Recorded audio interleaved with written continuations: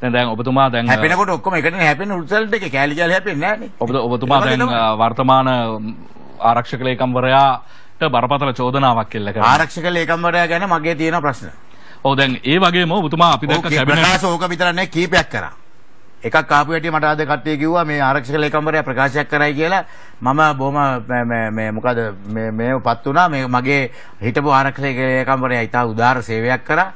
ඔහු මගේ පුද්ගලික මිත්‍රයෙක් කියලා. එතකොට තවත් චෝදනා තියෙනවා මේ මැතිවරණ දවසේ අරවා මේවා හැතුරන හැටි. ඒවා අපි පස්සේ කතා කරමුකෝ. නමුත් මේ ප්‍රකාශය ගැන මම මේ ප්‍රකාශය පිළිගන්නේ නැහැ ආරක්ෂක ලේකම්වරයා. ඔබතුමා කියන්නේ නුසුදුසු පත්වීම. කිසිම පත්වීම කොහොම වුණත් ප්‍රකාශය නුසුදුසුයි. එයා දැන් එක ප්‍රකාශයක් නෙවෙයි. ඊට පස්සේ ඉස්සෙල්ලා කිව්වා අර බැංක් account එක. දැන් එයා රජයේ SLS පුද්ගලෙක් නා අඩු ගානේ. පරිපාලන නිලධාරියෙක් නා දැනගන්න ඕනේ. අපි කියමු දැන් අපිට රුපියල් 50ක් ආණ්ඩුවට 750ක් ආවයි කියමුකෝ මගේ අමාත්‍යාංශයට. අපි දීවර පර්මිට් දුන්නාම එනවා රුපියල් 50ක් දෙනවා කියමු මේක.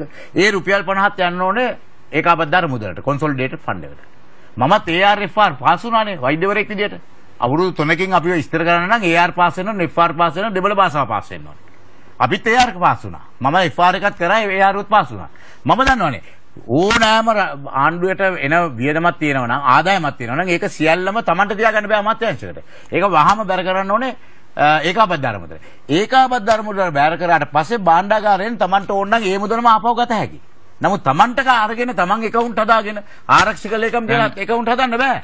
දැන් ඇමතිතුමා දැන් ඔතන දැන් තව අතුරු කතාවක් එනවා. දැන් ඔබතුමා ආරක්ෂක ලේකම්වරයාව කලින් හිටපු ආරක්ෂක ලේකම්වරයාව වර්ණනා කිරීම මත ඔබතුමා එතුමාව විවේචනය කරනවා.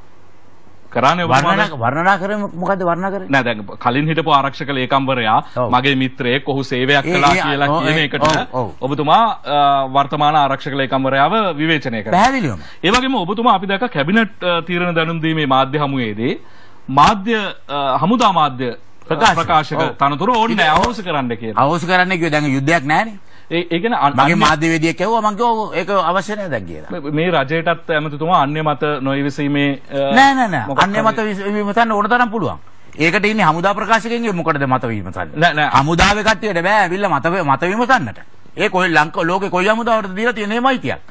හමුදාවේ කියන්නේ හමුදාව. හමුදාවට සීරියෙන් කිව්වහම සීරියෙන් ඉන්න ඕනේ ලක්ෂෙම. ඒකනේ හමුදා. ඒකනේ මම කවදාවත් මම ඔය යුනිෆෝම් එක අඳින ගම දුන්නේ නැතුනේ. මම පාස් අවුට් වෙනකොට මට කිව්වා හමුදාවේ කෙලිම මේජර් පෝස්ට් එක ගන්න. ඒ කාලේ වෛද්‍යවරු නැහැ. මට පොලිසියෙන් කිව්වා ASP තනතුර දෙනවා එන්න. මම කිව්වා නේ එපා. ජීවිතේට ඔය සූට් එක අඳින්නේ නැහැ. මට එහෙම එක්කෙනෙක්ට සැලුට් ගහන්නවත් සීරුවෙන් කිව්වහම සීරුවෙන් ඉන්නත් බෑ. ඒක බලලම තමයි කියන්නේ සීරුවෙන්ද පහසුවෙන්ද කියලා මම. ඉතින් මට ඒක බැරි හින්දා මම ඒක කවදාවත් ජීවිතේට යන්නේ නැහැ නේ හමුදාවකට.